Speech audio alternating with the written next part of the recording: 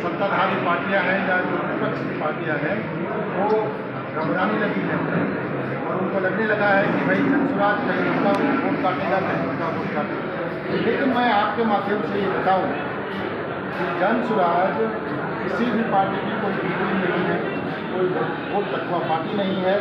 जनसुराज बिहार की जनता की एक टीम है और जनसुराज वो विकल्प है जिसको बिहार पिछले 20 सालों से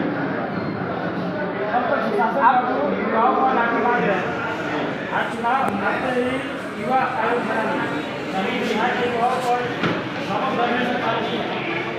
देखिए, आपके सवालों में ही आपका जवाब है।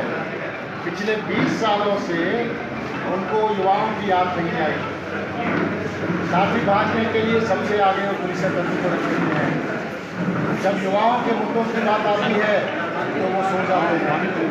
अब जब चुनाव पास आ गया है तो युवाओं को फिर से अगले 5 साल का झांसा देने के लिए उन्होंने इस आयोग का गठन किया है।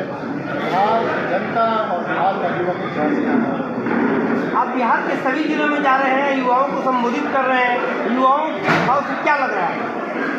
देखिए, बिहार में जो भी वर्ग एक विकल्प को ढूंढ रहा है उसमें सबसे बड़ा वर्ग युवाओं का, क्योंकि सबसे ज़्यादा मार युवाओं के जीवन और उनके भविष्य में ना तो आपके यहाँ शिक्षा की व्यवस्था हो पाई, ना ही आपके यहाँ पर रोजगार के ऐसे साधन सुविधा उपलब्ध कराए।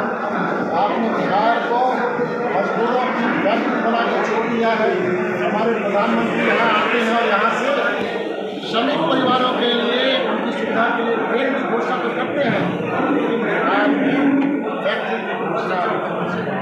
सबसे बड़ा मुद्दा बिहार का पलायन का है और हमारी युवा पीढ़ी पलायन कर रही है, ट्रेनों में जानवरों की तरफ भटक जा रहे हैं। इसको रोकने का क्या प्रबंध हो सकता है? देखिए, पलायन को रोकने का सबसे जो मुख्य बिंदु है वो है यहाँ पर रोजगार की व्यवस्था करना और अच्छी शिक्षा। शिक्षा का सीधा संबंध है रोजगार और उसकी संभावनाओं से। अगर आप युवकों को अच्छी शिक्षा देंगे तो उनके अंदर स्वरोजगार करने की क्षमता और बढ़ती है। जब आपको पलायन रोकना है तो यहाँ पर आप कम से कम छोटी पूंजियों की व्यवस्था करें, यहाँ के बैंकिंग सिस्टम को ठीक करके वहाँ से कम ब्याज में लोन की सुविधा मुहैया कराएं। वो जो मजबूरी में 10 से 15 हज़ार रुपये कमाने के लिए युवा बाहर जा रहा है वो यहाँ पर रुकेगा, यहाँ अपने रोजगार की व्यवस्था करेगा। तो मुझे लगता है कि आपको शिक्षा और रोजगार दोनों की व्यवस्था यहाँ पर करनी पड़ेगी अगर आपको पढ़ाई।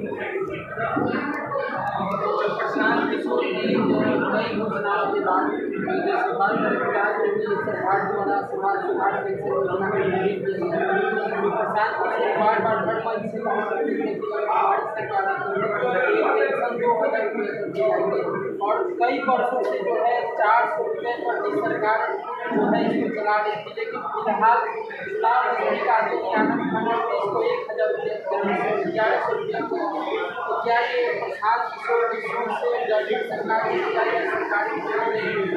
देखिए, मैं आपको ये कहना चाहूँगा कि लोकतंत्र में जनता की आवाज़ सबसे मजबूत आवाज़ है।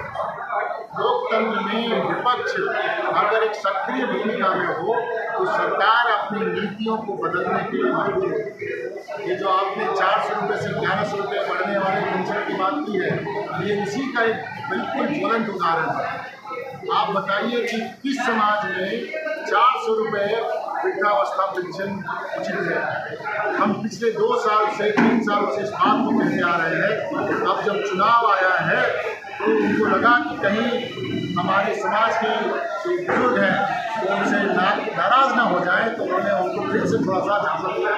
अब 400 से बढ़ा के 1100 रुपये कर दिया है। लेकिन मैं वापस दोहराऊंगा कि अगर जनसुराज की सरकार आएगी तो हम इसको कम से कम 2000 रुपये करने का काम करेंगे।